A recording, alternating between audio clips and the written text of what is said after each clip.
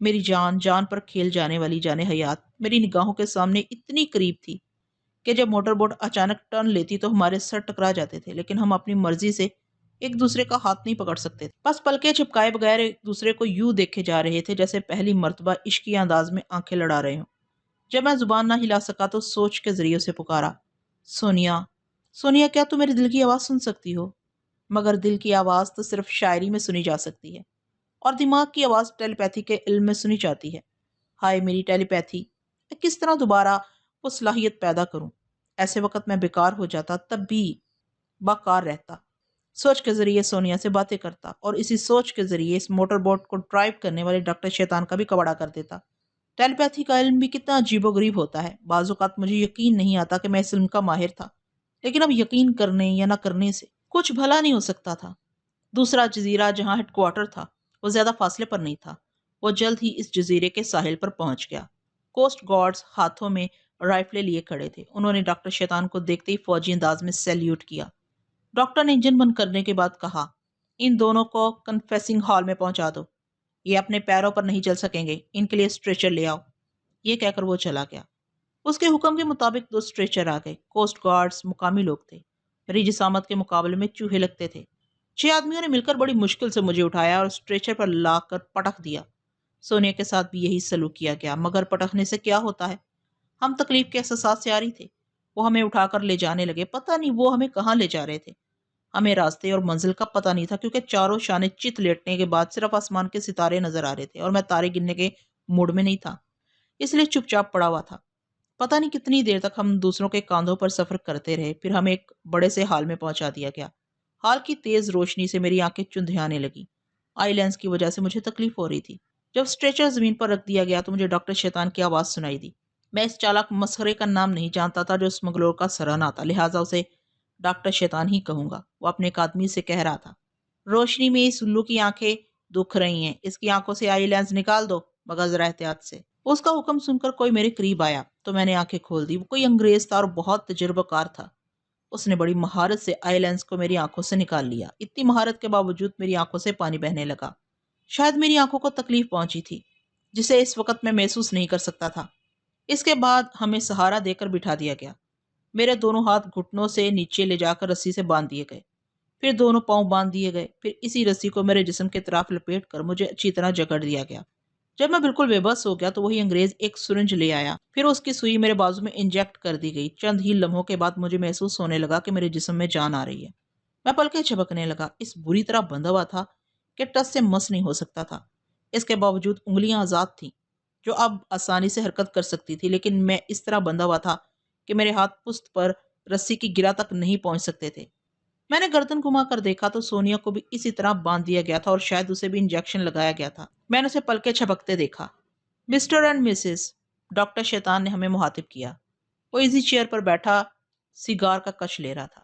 جب وہ قیدی ڈاکٹر کی حیثیت سے ہمارے سامنے آیا تھا، اس وقت وہ بہت ہی کمزور اور بزرر سا نظر آ رہا تھا، مگر اب وہ آرام سے بیٹھا ہوا سیگار کا کش لیتے ہوئے گولڈن فریم کا چشمہ پہنے ہوئے بہت ہی ذہین اور باوقار نظر آ رہا تھا۔ اس کی طاقت کا اندازہ اسی طرح ہو سکتا تھا کہ وہ نہتا بیٹھا ہوا تھا اور تمام مسلح نوجوان اس کے تابع دار تھے۔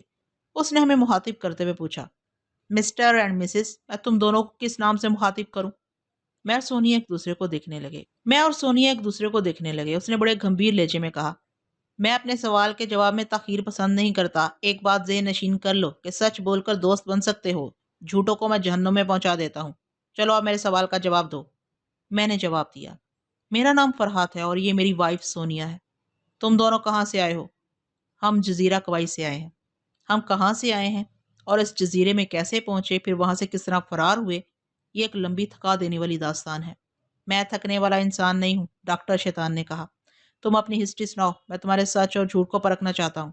میں اسے اس وقت سے اپنی داستان سنانے لگا جب میں نے نیا جنم لیا تھا، یعنی ماضی کو بھول کر ایک نئی زندگی کا آغاز کیا تھا۔ میں نے اب تک کے تمام واقعات منون سنا دیے، صرف تھوڑے سے جھوٹ کا اضافہ کیا کہ اسی جزیرہ کوائی میں سونیا سے میری شادی ہوئی تھی۔ اس بریف کیس کا ذکر میں نے کہیں نہیں کیا جس میں بلیک میلنگ کا مواد چھپا کر رکھا گیا تھا۔ میری باتیں سننے کے بعد اس نے کہا، تم بہت گہرے آدمی ہو۔ اپنی اصلیت کو چھپانے کے لیے تم نے یادداشت گم ہونے کا جو خوبصورت بہانہ کیا ہے، اس میں شبہ نہیں کہ تم ذہین ہو، مگر میں بھی احمق نہیں ہوں۔ یہ کسی صورت میں تسلیم نہیں کر سکتا کہ تم اپنا ماضی بھول چکے ہو۔ میں نے کہا، میں تمہیں یقین نہیں دلا سکتا، بس اتنا کہہ سکتا ہوں کہ تم سے کوئی بات نہیں چھپائی ہے۔ اس نے سگار کا ایک کش لیا، پھر دھواں چھوڑنے کے بعد بولا، میں بفرض محال یقین کر لوں تو یہ بات سمجھ میں آتی ہے کہ ماسٹروں کی اتنی زبردست تنظیم کا سربراہ تم سے بے حد خائف تھا۔ تمہیں بے ضرر اور بیکار بنانے کے لیے اس نے ذہنی جھٹکے پہنچائے ہیں۔ تمہاری یہ سونیا بتا سکتی ہے کہ تم اس تنظیم کے لیے کس حیثیت سے خطرناک تھے۔ وہ سونیا کی طرف سوالیہ نظروں سے دیکھنے لگا۔ سونیا نے کہا، میں جزیرہ کوائی میں پیدا ہوئی اور وہیں جوان ہوئی۔ وہاں کے تمام باشندے سپر ماسٹر کے حکم کے پابند ہیں۔ اس کے حکم سے میرے باپ نے فرحات سے میری شادی کر دی۔ شادی سے پہلے فرحات میرے لیے اجنبی تھا۔ شادی کے بعد مجھے پتا چلا کہ یہ اپنا ماضی بھول چکا ہے۔ اس نے گرا کر کہا، تم دونوں سیدھی طرح نہیں اگلو گے، تمہیں ماضی یاد دلانا ہی ہوگا۔ اس نے اپنے آدمیوں کو ہاتھ کا اشارہ کرتے ہوئے کہا، انہیں لٹکا دو۔ میں نے سر اٹھا کر چھت کی طرف دیکھا۔ وہاں ذرا دور دور پر آہنی کڑیاں نظر آ رہی تھیں۔ دو مقامی باشندے پٹسن کا منصوبہ بوریا لے آئے، پھر ایک بورے میں مجھے اور دوسرے میں سونیا کو اٹھا کر ان میں ٹھوسنے لگے۔ ایسے مجبور تو ہم کبھی نہیں ہوئے تھے، مگر آزادی کے لیے جدوجہد کا کوئی راستہ نہ تھا۔ رسیوں کی بندش میں ہم ذرا سی بھی حرکت نہیں کر سکتے تھے۔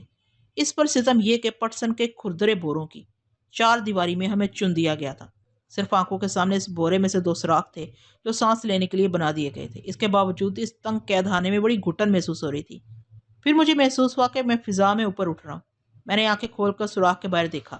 صرف سامنے ایک دروازہ نظر آ رہا تھا۔ وہ دروازہ نیچے کی طرف جا رہا تھا، یعنی میں اوپر چھت کی طرف جا رہا تھا۔ پھر میں چھت اور فرش کے درمیان ٹھہر کر لٹکنے لگا۔ شاید سونیا کے ساتھ بھی یہی ہو رہا تھا۔ اب مجھے دروازے کا درمیانی حصہ اور آس پاس کی تھوڑی سی دیواریں نظر آ رہی تھی۔ ڈاکٹر شیطان نے وہاں پہنچ کر میرے بورے کی جانب دیکھتے ہوئے کہا، میں بہت آہستہ آہستہ بڑی سہولت سے اذیتیں پہنچاتا ہوں۔ تم دونوں اسی طرح اکڑوں بیٹھے بیٹھے مردوں کی طرح اکڑ جاؤ گے، مگر میرے سامنے سچ بولنے کے لیے زندہ رہو گے۔ یہ کہنے کے بعد وہ دروازہ کھول کر باہر چلا گیا۔ اس کے پیچھے مسلح نوجوان بھی کیروسین لیمپ اٹھا کر باہر لے گئے اور دروازے کو بند کر دیا۔ حال میں اچانک ہی گپ اندھیرا چھا گیا۔ اس وقت کے احساسات میں صحیح طور پر بیان نہیں کر سکتا۔ اندھا بنا دینے والی گہری تاریکی تو اکثر دیکھنے میں آتی ہے۔ ہم اسے قبر کی تاریکی سے تشبیہ دیتے ہیں، مگر مجھے تو اس وقت سچ مچ ایسا لگ رہا تھا جیسے زندہ قبر میں اتار دیا گیا ہوں اور اس قبر کو چاروں طرف سے بند کر دیا گیا ہے۔ مردے پھر بھی خوش نصیب ہوتے ہیں کہ ان کے ہاتھ پاؤں سیدھے ہوتے ہیں۔ ہمارے تو ہاتھ پاؤں لپیٹ کر رکھ دیے گئے تھے۔ اگر رسیاں کھل جاتی تب بھی اس بند تھیلے میں ہاتھ پاؤں سیدھے کرنے کی گنجائش نہ نکلتی۔ فرحات، قبر کی اس تاریکی میں سونیا کی لرزتی ہوئی کمزور سی آواز سنائی دی، سونیا، میں نے اسے پکارا۔ جانے فرحات، تم کہاں ہو؟ میں کیا بتاؤں فرحات، بڑی گھٹن ہو رہی ہے، خود کو سنبھالنے کی کوشش کر رہی ہوں مگر دل بری طرح گھبرا رہا ہے۔ یہ ہم کس مصیبت میں پھنس گئے ہیں؟ بعض اوقات ایسی مصیبتیں نازل ہوتی ہیں جن کے متعلق انسان کبھی سوچ بھی نہیں سکتا۔ اب یہ سوچ کر غصہ بھی آتا ہے، حیرانی بھی ہوتی ہے کہ اس دبلے پتلے ڈاکٹر نے کتنی آسانی سے ہمیں زیر کیا ہے۔ میرا سر چکرا رہا ہے، میں زیادہ دیر اس حالت میں نہیں رہ سکوں گی۔ یوں تو میرا بھی سر چکرا رہا تھا، کمرہ بند، ہاتھ پاؤں بند، پورا جسم پٹسن کے بورے میں بند۔ ایسی گرمی لگ رہی تھی کہ میں پسینے میں شرابور ہو گیا۔ ایسی حالت میں اندازہ لگا سکتا تھا کہ سونیا کا کیا حال ہوگا۔ کچھ بھی ہو، وہ آخر ایک عورت ہے، اس لیے وہ دلیر ہونے کے باوجود اپنی فطرت سے مجبور تھی۔ میں نے اسے تسلی دی، سونیا ذرا ہمت سے کام لو، اس بار وہ کمرے میں آئیں گے تو میں کوئی چال چلوں گا۔ میں نے محض اسے تسلی دی تھی، میرے ذہن میں کوئی تدبیر نہیں تھی۔ اگر وہاں کوئی آیا تو میں یوں بے دست و پا ہو کر کیا کر سکوں گا؟ سونیا نے کہا، وہ لوگ میرے یعنی پنجے نکال کر لے گئے، ورنہ میں اپنے ناخنوں سے رسی اور تھیلے کو کاٹنے کی کوشش کرتی۔ کوئی بات نہیں میری جان، جب وہ دبلا پتلا شیطان نہتا ہو کر ہمیں زیر کر سکتا ہے تو ہمارے پاس بھی عقل ہے۔ اس وقت یہی بات میری سمجھ میں آ رہی ہے کہ میں اپنے ماضی کے متعلق ڈاکٹر کو سچ سچ بتا دوں، بلکہ تم بتا دو، کیونکہ مجھے تو کچھ یاد نہیں ہے۔ تم جس حد تک جانتی ہو اس حد تک سچ کہہ دو گی تو ہو سکتا ہے کہ ہمیں اس مصیبت سے نجات مل جائے۔ واقعی ایسی اذیت پہنچائی جا رہی ہے کہ جس کی تکلیف ہم بیان نہیں کر سکتے۔ میں اپنی زندگی کے بہت مہنگے تجربے سے گزر رہی ہوں۔ آج پتہ چلا کہ ایسے مقام پر حوصلے کس طرح پست ہو جاتے ہیں۔ اب میں ان سے سچ کہہ دوں گی۔ ہم بہت دیر تک باتیں کرتے رہے اور ایک دوسرے کی موجودگی کا یقین کرتے رہے اور اپنے اندر حوصلہ پیدا کرتے رہے۔ میرے اندازے کے مطابق دن نکل چکا تھا، مگر حال میں اسی طرح رات کی سی تاریکی چھائی ہوئی تھی۔ ہمارے آگے دن اور رات کا فرق مٹ چکا تھا۔ پتہ نہیں کتنا وقت گزرنے کے بعد دروازہ کھل گیا۔ دروازہ کھلنے کے بعد تازہ ہوا کے جھونکے بھی آئے اور دن کی روشنی بھی محسوس ہوئی۔ ڈاکٹر شیطان اپنے 4 آدمیوں کے ساتھ آ رہا تھا۔ اس نے میرے تھیلے کی طرف دیکھتے ہوئے پوچھا، زندہ ہو یا مر گئے؟ میں نے کہا، ابھی تو تم سے اچھی طرح محبت کرنا ہے، اتنی جلدی نہیں مروں گا۔ شاباش، زندہ دل لو۔ میں بولڈ مین کی رپورٹ سن کر یہاں آیا ہوں۔ اس کا بیان ہے کہ سونیا اینٹی ڈارک لینس کے بغیر اندھیرے میں صحیح فائرنگ کرتی ہے۔ بولڈ مین کا بیان ذرا مکان ہے. وہ کہتا ہے کہ تمہاری عورت نے اس کا رومال ہاتھ میں لیتے ہی اندھیرے میں دیکھنا شروع کر دیا تھا.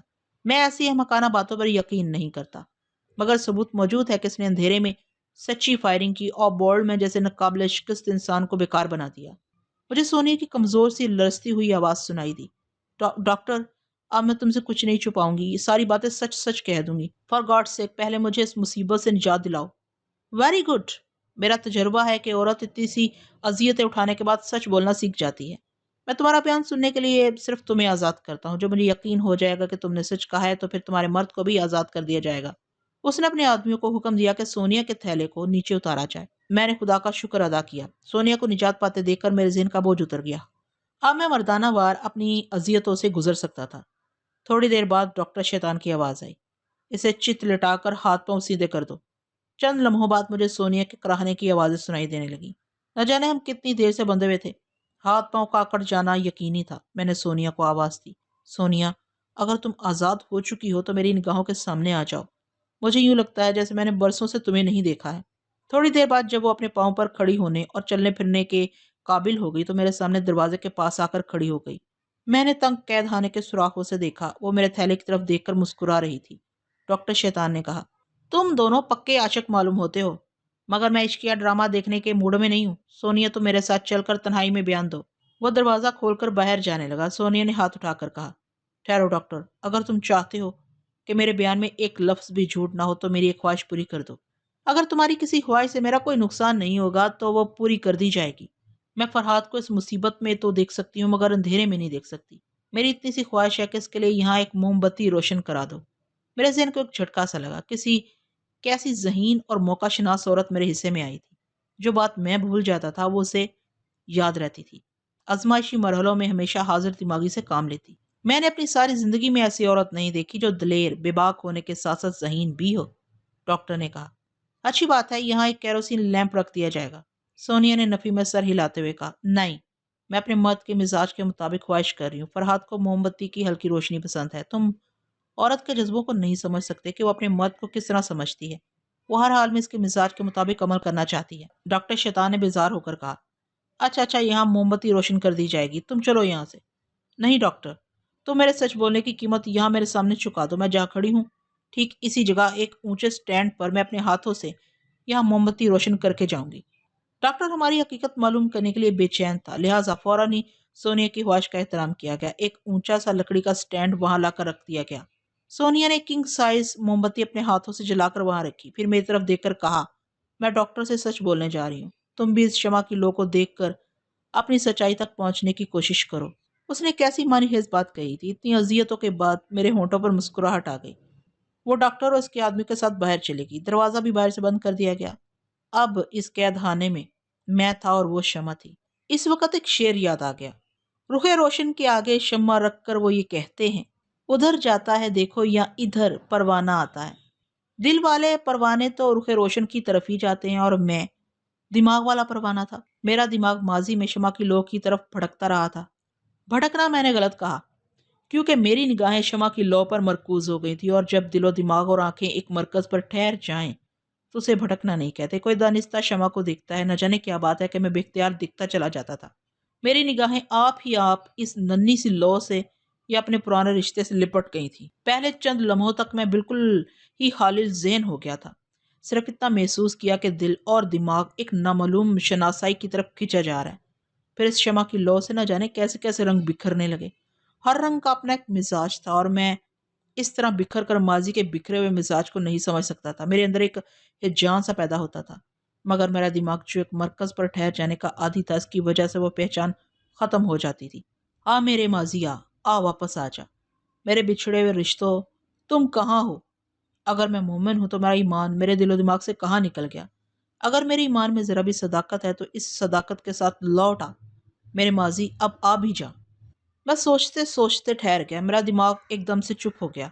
پھر دوسرے لمحے محسوس ہونے لگا کہ میرے چاروں طرف آندھیاں سی چل رہی ہیں. طوفانی ہوائیں سائیں سائیں کر کے گزر رہی ہیں. اس تاریکی میں اور تیز ہواؤں میں صرف ایک ننھی سی لو روشن ہے، اور ہواؤں کے طوفانی شور میں دور سے کوئی صدا سنائی دے رہی ہے. وہ کیسی صدا ہے؟ کوئی مؤذن ہے دل میں اترنے والی ایک آواز کے ساتھ اللہ کی تکبیر بیان کر رہا ہے. یہ آواز ہر مسلمان سنتا ہے. لیکن وہ تکبیر اس لیے یاد نہیں رہتی کہ جب پہلی بار اللہ اکبر کی آواز کان میں آتی ہے تو وہ بالکل نزائیدہ ہوتا ہے، لیکن ہر نزائیدہ مسلمانوں کے کانوں میں یہ جو ایمان کا سحر پھونکا جاتا ہے تو وہ کہیں اس کے اندر موجود رہتا ہے۔ جسم کے اندر نہ ہو تو روح کے اندر ہوتا ہے، مگر ایسا نہ ہوتا تو آج سے 30 برس پہلے جب میں نزائیدہ تھا اور جو اذان میرے کانوں میں ٹپکائی گئی تھی وہ قطرہ قطرہ میرے پاس واپس نہ آتی، اور وہ واپس آ رہی تھی۔ وقت الٹے قدموں واپس آ رہا تھا، ایمان اپنی سلامتی کے ساتھ لوٹ رہا تھا، ماضی کے دریچے کھل رہے تھے۔ میں کون ہوں؟ میں میں ہوں میں فرحاد علی تیمور واپس آ رہا ہوں۔ اے شمع تیری عمر طبعی ہے، ایک رات ہنس کر گزار یا سے رو کر گزار۔ ہماری زندگی بھی شمع کی طرح جلتے جلتے ایک دن بجھ جانی ہے۔ بعض اوقات یہ چٹکی بھر زندگی خود کو تلاش کرتے کرتے گزر جاتی ہے، اور میں تلاش کے مرحلے سے گزر آتا۔ میرے سامنے وہ شمع روشن تھی اور اس کی ننھی سی روشنی میری زندگی کے ایک تاریک حصے کو منور کر رہی تھی۔ بہت آہستہ آہستہ میرے ذہن کے دریچے کھول کر کچھ چہرے جھانک رہے تھے جنہیں میں پہچان رہا تھا۔ کبھی چچا جان کی صورت جھلکتی تھی، کبھی وہ ظالم چچی نظر آتی جسے میں نے سوچ کے ذریعے زہر کا پیالہ پینے پر مجبور کیا تھا۔ پھر پھوپھی جان کا ممتا سے پر نور چہرہ دکھائی دیا، وہ اپنی باہیں پھیلا کر مجھے اپنی آغوش میں بلا رہی تھی۔ میری نگاہوں کے سامنے وہ تمام مناظر گزر رہے تھے جو کبھی پھوپھی جان اور کبھی زرینہ کے ساتھ پیش آئے تھے۔ اس تسلسل سے میں اس دور میں پہنچ گیا جب میں شمع بینی کی مشقیں کر رہا تھا اور اپنی سوچ کو ایک مرکز پر لا کر رکھنے کا عادی ہو گیا تھا۔ بے شمار کی طرف سے چلنے والی مقناطیسی ہوائیں میری سوچ کو اپنی دوش پر لے کر اڑنے لگی، مجھے انسانی دماغوں کے اندھیروں تک پہنچانے لگی۔ زندگی میں سب سے پہلے میں نے جس کے ذہن میں جھانک کر دیکھا تھا وہ زرینہ تھی۔ اس اڑان نے مجھے بتایا کہ کسی کی سوچ تک اور کسی کے دماغ تک کس طرح پہنچا جاتا ہے۔ ذرا ٹھہر ٹھہر کر میرے لیے راہیں ہموار ہوتی جا رہی تھی۔ بہت سا وقت گزر چکا تھا، وہ کنگ سائز کی موم بتی اپنے اختتام کو پہنچ رہی تھی اور میں اپنی منزل تک پہنچ چکا تھا۔ میں نے آزمائشی طور پر سونیا کے ذہن میں جھانک کر دیکھا۔ اس کی سوچ نے بتایا کہ وہ ایک کرسی پر بیٹھی ہوئی ہے۔ جہاں وہ بیٹھی ہے وہ ایک چھوٹا سا کمرہ ہے، آس پاس کوئی نہیں ہے، اور وہ خاموش بیٹھی ہے۔ اس کا دماغ سوچ رہا ہے، اتنی دیر ہو چکی ہے، پتہ نہیں فرحاد کو شمع بینی کے مرحلے میں کامیابی ہوگی یا نہیں۔ اب تو موم بتی بھی ختم ہو چکی ہوگی۔ میں سونیا کی سوچ کے لہجے کو اچھی طرح سمجھتا تھا۔ اس کے باوجود میرے دل میں سوال پیدا ہوا کہ کیا میں واقعی سونیا کی سوچ پڑھ رہا ہوں، یا یہ سب کچھ میرے ذہن کی اختراع ہے کہ میں اپنے طور پر اپنی دماغی آنکھوں سے اسے ایک کمرے میں بیٹھا دیکھ رہا ہوں۔ اس حقیقت کو سمجھنے کے لیے میں نے سونیا کے ذہن میں جھانک کر کہا، اف میں کتنی دیر سے بیٹھی ہوئی ہوں، مجھے کرسی کی پشت سے ٹیک لگا کر آرام سے بیٹھنا چاہیے۔ اس کے دماغ میں یہ سوچ آتے ہی وہ کرسی کی پشت سے ٹیک لگا کر آرام کرنے لگی۔ میں بے اختیار مسکرانے لگا۔ اتنی زبردست کامیابی کے بعد مارے خوشی کے کامیابی کا یقین نہیں ہو رہا تھا۔ میں ابھی اپنی صلاحیتوں کو کچھ اور آزمانے کے بعد سونیا کو یہ خوشخبری سنانا چاہتا تھا، لہٰذا اس وقت میں نے ایک چور کی طرح اس کے ذہن میں جھانک کر دیکھا۔ اس کی سوچ میں کہا، خاموش رہنے سے بہتر ہے کہ میں اپنے اور ڈاکٹر شیطان کے درمیان ہونے والی گفتگو کا تجزیہ کرتی رہوں۔ مجھے شروع سے سوچنا چاہیے کہ جب میں فرحاد کے سامنے ایک موم بتی روشن کر کے ڈاکٹر شیطان کے ساتھ یہاں آئی تو میں نے بات ادھوری چھوڑ دی تاکہ اس کے بعد وہ بے اختیار سوچتی چلی جائے۔ پھر ایسا ہی ہوا، اس نے ادھوری بات کے تسلسل سے سوچا تو ڈاکٹر شیطان یہاں تنہائی میں بیٹھ کر مجھ سے کہنے لگا کہ میں وقت ضائع کیے بغیر سچائی سے سب کچھ بتا دوں۔ اس نے پہلا سوال کیا، کیا تم اینٹی ڈارک لینس کے بغیر اندھیرے میں دیکھ لیتی ہو؟ اب چونکہ مجھے کوئی بات نہیں چھپانی تھی اس لیے میں نے جواب دیا، مجھ میں جانوروں کی طرح سونگھنے کی حس ہے۔ یہ حس اتنی تیز ہے کہ ایک بار کسی انسان کی بو سونگھنے کے بعد اس سے میلوں دور جا کر بھی شناخت کر سکتی ہوں کہ کس سمت میں ہے۔ تم ناقابل یقین بات کہہ رہی ہو، کیا جھوٹ بول کر پھر دھوکہ دینا چاہتی ہو؟ ڈاکٹر، تمہیں میری بات کا یقین کرنا چاہیے۔ بولڈ میں نے تمہیں بتایا ہے کہ اس نے اپنا رومال ایک جگہ رکھ دیا تھا۔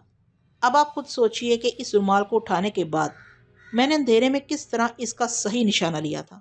میرے لیے بالکل آسان سی بات تھی یہ۔ آدمی جو لباس پہنتا ہے اور اپنا پسینہ پوچھنے کے لیے جو رومال استعمال کرتا ہے، ان تمام چیزوں میں اس کے بدن کی بو رچ بس جاتی ہے۔ میں اندھیرے میں دیکھ نہیں رہی تھی بلکہ بو سونگھ رہی تھی۔ تاریکی میں اس کی بو جس طرف جاتی تھی میں اسی طرف رخ کر کے اسے چیلنج کرتی تھی اور اسے بتا دیتی تھی کہ اس وقت وہ کہاں ہے۔ پہلے میں نے اسے سمجھایا کہ وہ اپنا ہتھیار پھینک دے۔ جب اس نے میرا حکم ماننے سے انکار کر دیا تب مجبوراً مجھے فائر کرنا پڑا۔ ڈاکٹر شیطان حیرت سے منہ کھولے میرا منہ تک رہا تھا۔ اس نے پوچھا، تم عملی طور پر اس کا ثبوت دے سکتی ہو؟ میں نے اس بات میں سر ہلا کر کہا، سانچ کو آنچ کیا، بولو کس طرح ثبوت چاہتے ہو؟ وہ اپنی جگہ سے اٹھتے ہوئے بولا، میں کمرے سے باہر جا رہا ہوں، اگر تم میری بو سونگ کر آ سکتی ہو تو اس جگہ چلی آنا جہاں میں چھپنے جا رہا ہوں، ٹھیک 5 منٹ کے بعد۔ یہ کہہ کر وہ کمرے سے باہر چلا گیا۔ میں اس کی بو سونگتی رہی۔ پہلے اس کی بو دور چلی گئی، پھر قریب آنے لگی، قریب اور زیادہ قریب، اتنے قریب محسوس ہونے لگی کہ 5 منٹ کے بعد میں نے باتھ روم کے دروازے پر دستک دے کر کہا، ڈاکٹر باہر آ جاؤ، کیا بچوں کی طرح آنکھ مچولی کھیل رہے ہو؟ باتھ روم کا دروازہ کھلا اور ڈاکٹر حیرت سے منہ پھاڑے میرے سامنے چلا آیا۔ وہ تھوڑی دیر تک تو کچھ بول نہیں سکا، شاید خود اس کی سمجھ میں نہیں آ رہا تھا کہ وہ کیا بولنا چاہتا ہے۔ باتھ روم کا دروازہ کھلنے کے بعد میں نے پہلی مرتبہ دیکھا تھا کہ باتھ روم کی پچھلی طرف بھی ایک دروازہ تھا۔ میں نے پوچھا، کیا ہوا ڈاکٹر، تم اس طرح بوکھلا کر مجھے کیوں دیکھ رہے ہو؟ اس نے میرے شانے پر ہاتھ رکھ کر کہا، تم بہت گریٹ ہو، اس ایشیائی باشندے کے ساتھ اپنی زندگی برباد کری۔ کیا نام ہے اس کا؟ ہاں، فرحاد۔ وہ فرحاد تمہیں کیا دے گا؟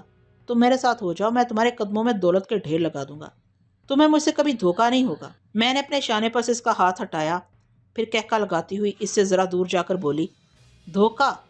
ہاں ہاں ہاں، مجھے دھوکہ دینے والا ابھی کوئی پیدا نہیں ہوا۔ ڈاکٹر، یہ بات ابھی تک تمہاری کھوپڑی میں نہیں آئی کہ میں دھوکے کی بو بھی سونگ لیتی ہوں؟ تم مجھ سے کیا چھپاؤ گے؟ کہو تو میں ابھی چرس کی بو سونگتی ہوئی تمہارے خفیہ ذخیرے تک پہنچ جاؤں۔ ڈاکٹر کا چہرہ ایک دم سے زرد پڑ گیا۔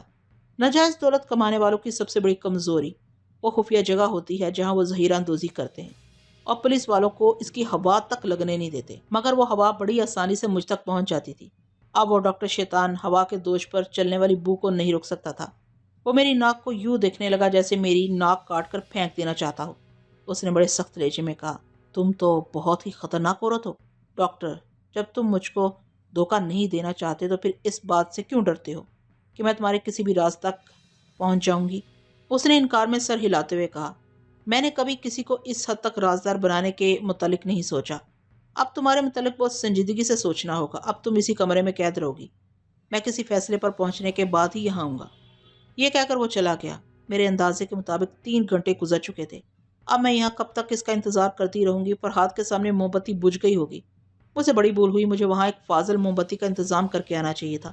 اب میں کیا کروں؟ اس طرح ہاتھ پر ہاتھ رکھ کر بیٹھنے سے کچھ نہیں ہوگا، اب کچھ کر گزرنا ہوگا۔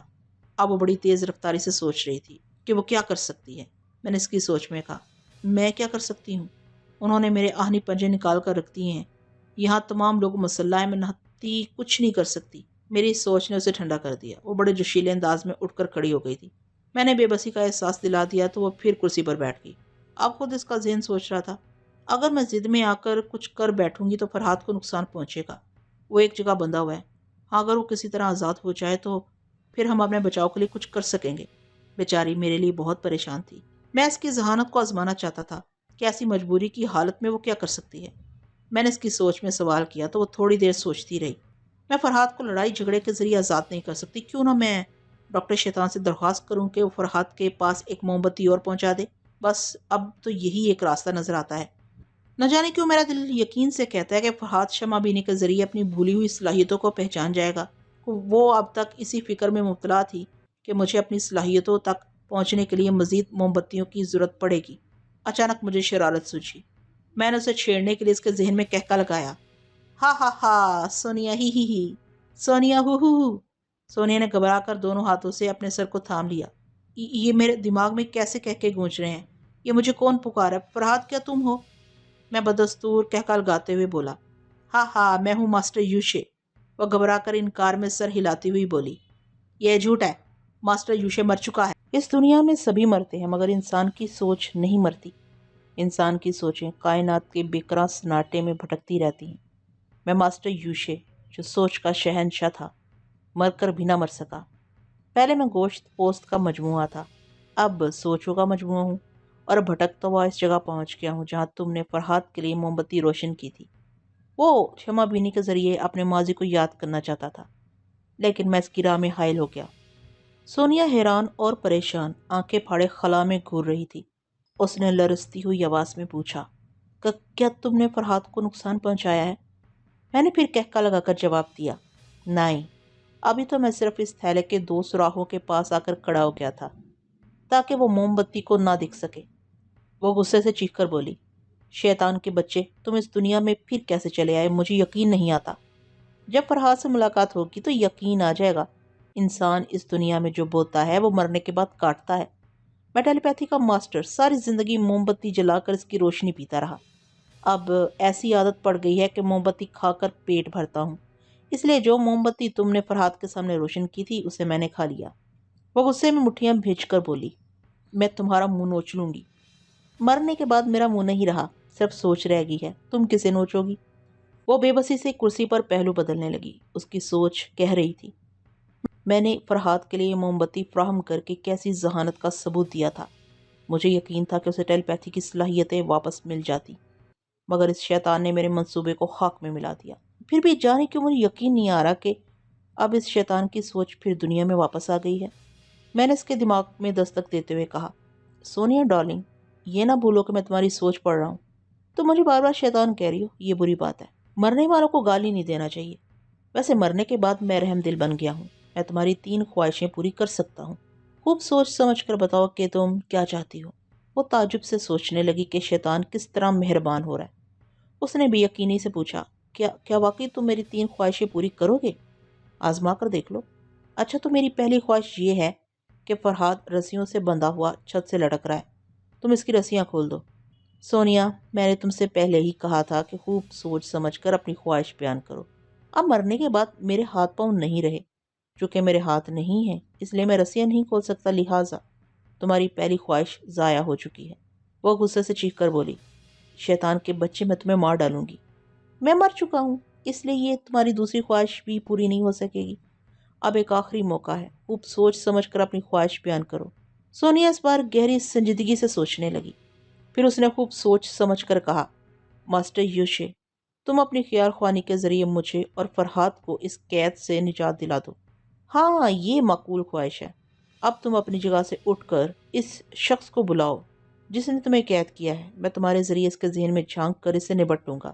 سونیا نے اطمینان کی ایک گہری سانس لی، پھر وہاں سے اٹھ کر دروازے کے پاس آئی اور دروازے کو دونوں ہاتھوں سے زور زور سے پیٹنے لگی۔ دروازے کے دوسری طرف سے آواز آئی، کیا بات ہے، کیوں شور مچا رہی ہو؟ سونیا نے کہا، دروازہ کھولو، میں تمہارے باس سے ملنا چاہتی ہوں۔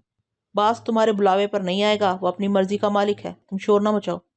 سونیا پھر شور مچانا چاہتی تھی۔ میں نے اس سے کہا، بس میری جان، میں نے دروازے کے پیچھے اس آدمی کی آواز کو سن لیا ہے، اب میں اس کے لہجے، اس کی سوچ کے ذریعے اس کے باپ تک پہنچ جاؤں گا۔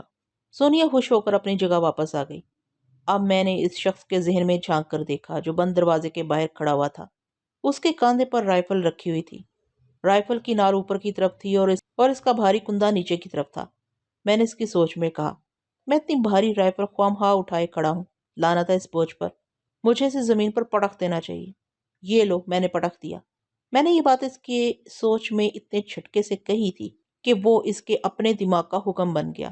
ہر انسان کا جسم اس کے دماغ کے تابع فرمان ہوتا ہے۔ اس نے یکبارگی رائفل کو ایک جھٹکے سے نیچے پٹخا تو اس کے بھاری کندھے سے اس کا پاؤں کچل گیا۔ مائی گاڈ! اس نے تکلیف سے بلبلا کر اپنے زخمی پاؤں کو اٹھا کر اپنے دونوں ہاتھوں سے پکڑ لیا اور دوسری ایک ٹانگ پر ادھر سے ادھر اچھلنے لگا۔ ذرا دیر بعد کچھ تکلیف کم ہوئی تو وہ غصے سے زمین پر پڑی ہوئی رائفل کو دیکھنے لگا۔ اس کا دماغ سوچ رہا تھا، یہ مجھے بھی کیا ہو گیا تھا؟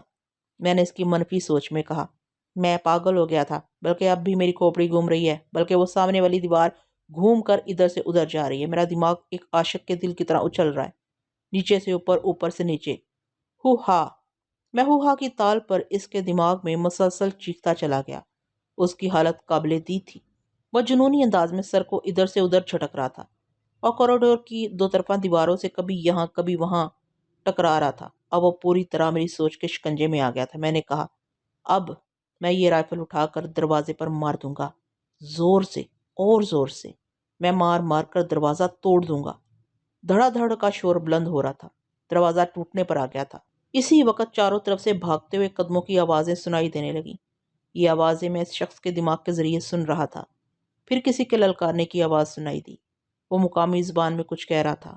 میں کچھ نہ سمجھ سکا، لیکن یہ بات سمجھ میں آ گئی کہ جو شخص میری سوچ کا تابع دار بن کر جنونی حرکتوں میں مصروف ہے، وہ انگریزی کے علاوہ مقامی زبان بھی جانتا ہے۔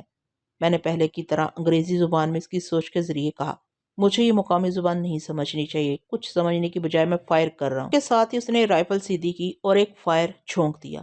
کوریڈور کے دونوں طرف سے آنے والے مسلح جوان اچھل کر وہاں سے بھاگے۔ تاکہ اپنے ایک پاگل ساتھی کی فائرنگ سے محفوظ رہ سکے۔ میری سوچ کے مطابق وہ پھر رائفل کے کندھے سے دروازے کو توڑنے لگا۔ 2-4 ضربوں کے بعد یہ دروازہ ٹوٹ گیا۔ اس کے بعد میں نے اس کی سوچ میں کہا، اب میں یہ رائفل پھینک کر اپنے باس کے سامنے حاضر ہونے جا رہا ہوں۔ اس نے رائفل پھینک دی، پھر وہ تیزی سے بھاگتا اپنے باس کی طرف جانے لگا۔ سونیا کمرے میں کھڑی ٹوٹے ہوئے دروازے کو دیکھ کر سوچ رہی تھی کہ یہ کیا ہو رہا ہے؟ کیا وہ مردہ ماسٹر یوشے یہ ہنگامے کر رہا ہے؟ میں نے اس کی سوچ میں کہا، ہاں میری جان، وہ جو کچھ عرصے کے لیے مردہ ہو گیا تھا اب وہ زندوں کے درمیان ہنگامے کرنے آ گیا ہے۔ تم اطمینان سے اپنی جگہ بیٹھی رہو، اب ان کا باس تمہارے پاس خود ہی آئے گا۔ وہ اطمینان سے بیٹھ گئی۔ میں اس لڑکی کی جتنی قدر کروں کم ہے، کیونکہ وہ ہر لمحہ میرے لیے ہی سوچتی تھی۔ اس وقت بھی وہ سوچ رہی تھی، یہ کم بخت ماسٹر یوشے اس طرح کے طویل ہنگاموں سے دلچسپی لیتا رہے گا اور وہاں میرے پر ہاتھ پاؤں اکڑ گئے ہوں گے۔ ارے شیطان کے بچے، بعد میں تفریح کر لینا، پہلے اسے آزاد کرا دے۔ وہ درست سوچ رہی تھی۔ میں خود بھی یہی چاہتا تھا کہ کسی طرح مجھے ہاتھ پاؤں سیدھے کرنے کا موقع ملے، لیکن ہر خواہش فوراً ہی پوری ہو جائے یہ ضروری نہیں ہوتا۔ اس کی تکمیل کے لیے ضروری مرحلے طے کرنے پڑتے ہیں۔ اس ڈاکٹر شیطان سے آزادی حاصل کرنے کے لیے ابھی 2-4 لوگوں کو اسی طرح اپنی سوچ کی انگلیوں پر نچانا تھا۔ اب میں نہیں چاہتا تھا کہ ڈاکٹر شیطان یا کسی کو بھی میری ٹیلی پیتھی کا علم ہو، اسی لیے اس ڈرامے بازی کی ضرورت پیش آ رہی تھی۔ جلد ہی وہ ڈاکٹر شیطان سونیا کے کمرے میں پہنچ گیا۔ اس کے پیچھے کتنے ہی مسلح جوان تھے۔ 2 آدمیوں نے اس شخص کو پکڑ رکھا تھا جو ابھی دروازہ توڑ کر اور فائر کر کے اپنے پاگل پن کا مظاہرہ کر چکا تھا۔ ڈاکٹر نے آتے ہی سونیا سے پوچھا، یہ کیا ہو رہا تھا؟ سونیا نے شدید حیرانی کا اظہار کیا۔ میں خود حیران ہوں، تم اچھی طرح جانتے ہو کہ میں کمرے کے اندر قید تھی۔ بہر نہ جانے یہ شخص کیا کر رہا تھا۔ مجھے صرف دروازہ توڑنے کی آوازیں سنائی دے رہی تھی۔ جب دروازہ ٹوٹ گیا تو یہ رائفل پھینک کر نہ جانے کہاں چلا گیا۔ ڈاکٹر اس شخص کو گھور کر دیکھنے لگا۔ اس شخص نے کہا، باس میں پہلے ہی کہہ چکا ہوں کہ یہ لڑکی یہاں اندر تھی۔ اس نے مجھے آپ کے خلاف نہیں بھڑکایا ہے۔ میں خود نہیں جانتا کہ مجھے کیا ہو گیا تھا۔ سونیا نے اپنی جگہ سے اٹھتے ہوئے کہا، ڈاکٹر، میری سمجھ میں یہ بات آتی ہے کہ یہ شخص بہت زیادہ چرس کا نشہ کرتا ہوگا۔ شاید اس وقت بھی نشہ کر رہا ہوگا، اس لیے اس کا دماغ الٹ گیا۔ نان سینس، ڈاکٹر نے کہا، یہاں کتنے ہی لوگ چرس کا نشہ کرتے ہیں مگر آج تک کسی نے پاگل پن کا مظاہرہ نہیں کیا۔ ڈاکٹر یہ کہہ کر خاموش ہوا تو میں نے اس کی سوچ میں کہا، ہو سکتا ہے اس بار جو چرس کی کھیپ آئی ہے اس میں کسی ایسی چیز کی آمیزش ہو جو دماغ پر اثر انداز ہوتا ہے۔ جب خالص دودھ اور گھی میں ملاوٹ ہوتی ہے تو چرس میں بھی ضرور ملاوٹ ہوتی ہوگی۔ میں نے ایسے دلائل سے اس کی سوچ میں یہ بات کہی کہ وہ اس پر سنجیدگی سے غور کرنے لگا۔ پھر اس نے اپنے ایک انگریز ماتحت سے کہا، اس بار جو کھیپ آئی ہے اس کی تھوڑی سی مقدار مجھے دکھاؤ۔ اس کے ماتحت نے جیب سے سگریٹ کا ایک پیکٹ نکالا۔ اس میں سے ایک سگریٹ نکال کر ڈاکٹر کی طرف بڑھاتے ہوئے کہا، میں نے موجودہ کھیپ سے تھوڑی سی چرس نکال کر یہ سگریٹ تیار کی ہے۔ ڈاکٹر نے وہ سگریٹ لے کر اپنے ہونٹوں میں دبایا، پھر اسے سلگا کر کرسی پر بیٹھ گیا۔ پھر آہستہ آہستہ کش لگانے لگا۔ 2-4 کش لگانے کے بعد میں نے اس کے دماغ میں جھانک کر کہا، تک دھنا دن، دھنا دن تک دھنا دن۔ پہلے تو وہ بوکھلایا، پھر ایک دم سے اچھل کر کھڑا ہو گیا۔ جیسے ہی وہ کھڑا ہوا میں نے اس کے ذہن میں چیخ کر کہا، اباؤٹ ٹرن۔ جیسے ہی وہ اباؤٹ ٹرن ہوا یعنی وہ دوسری طرف گھوما، میں نے اس کی سوچ میں فوراً ہی حکم دیا، کرسی تمہارے پیچھے ہے، بیٹھ جاؤ۔ مگر کرسی تو اس کے آگے تھی، اور جو دماغ کا حکم ہوتا ہے وہ جسم کو عمل کرنے سے پہلے ایک لمحے کے لیے بھی ٹھٹکنے کی اجازت نہیں دیتا۔ وہ اپنے دماغ کے حکم پر بیٹھا اور دھڑام سے فرش پر گر پڑا۔ تمام ماتحت آگے بڑھ کر اسے اٹھانے لگے۔ وہ الو کی طرح دیدے پھاڑ پھاڑ کر دیکھ رہا تھا اور سوچ رہا تھا، یہ ابھی مجھے کیا ہو گیا تھا؟ میں نے اس کی منفی سوچ میں کہا، ابھی تک دنا دن ہوا تھا، یہ تک دنا دن کیا ہوتا ہے؟ مجھے ایک اور کش لگا کر دیکھنا چاہیے۔ اس نے گھبرا کر بلند آواز سے چیختے ہوئے کہا، اب میں سگریٹ کو ہاتھ بھی نہیں لگاؤں گا۔ وہ سگریٹ فرش پر پڑا ہوا تھا۔ اس نے اپنے انگریز ماتحت کو دیکھتے ہوئے پوچھا، کیا تم نے اپنے پیکٹ میں سے کوئی سگریٹ پیا تھا؟ نہیں، میں آخری سگریٹ تیار کر ہی رہا تھا کہ یہ ہنگامہ سن کر ادھر چلا آیا۔ ڈاکٹر نے فرش پر پڑے ہوئے سگریٹ کی طرف اشارہ کرتے ہوئے کہا، چلو تم اس سگریٹ کے کش لگا کر دکھاؤ، میں معلوم کرنا چاہتا ہوں کہ اس بار ہم کس طرح غلط مال اٹھا کر لے آئے ہیں۔ اس کے ماتحت نے پیکٹ سے دوسرا سگریٹ نکالتے ہوئے کہا، اس سگریٹ کو آپ آزما چکے ہیں، میں یہ دوسرا سگریٹ آزما کر دیکھنا چاہتا ہوں۔ ڈاکٹر نے اسے اجازت دے دی۔ وہ سگریٹ سلگا کر آہستہ آہستہ کش لگانے لگا۔ کمرے میں گہری خاموشی طاری ہو گئی۔ یوں لگتا تھا جیسے سب ہی دم سادے اب تیسرے شخص کے پاگل ہونے کا انتظار کر رہے ہیں، لیکن میں نے دنستہ اس تیسرے شخص کو چھوٹ دے دی۔ مگر اس کے دماغ میں جھانکتا رہا، وہ اندر ہی اندر گھبرا رہا تھا کہ پتہ نہیں کب اس پر پاگل پن کا دورہ پڑنے والا ہے۔ بعض اوقات انسان کے دل میں دہشت بیٹھ جائے تو وہ ہزار ضبط کے باوجود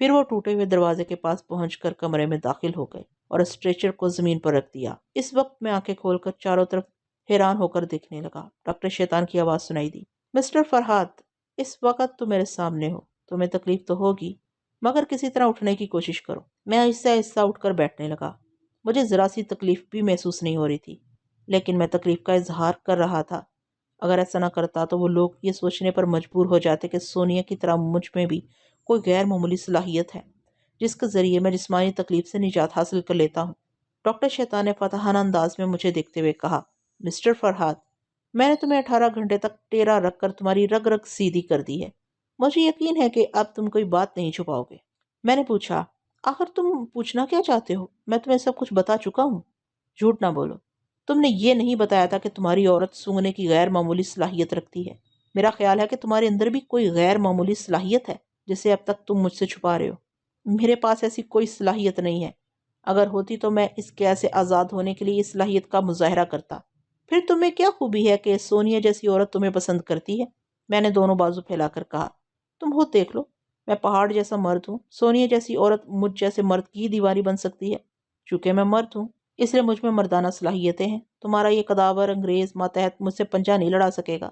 اس کا انگریز ماتحت مجھے گھور کر دیکھنے لگا اور اپنی مٹھیاں یوں بھیجنے لگا جیسے پنجہ لڑانے کے لیے بےتاب ہو۔ ڈاکٹر شیطان نے ہنستے ہوئے کہا، تم میرے اس ماتحت کو چیلنج نہ کرو، ہم اسے مسٹر جگلر کہتے ہیں۔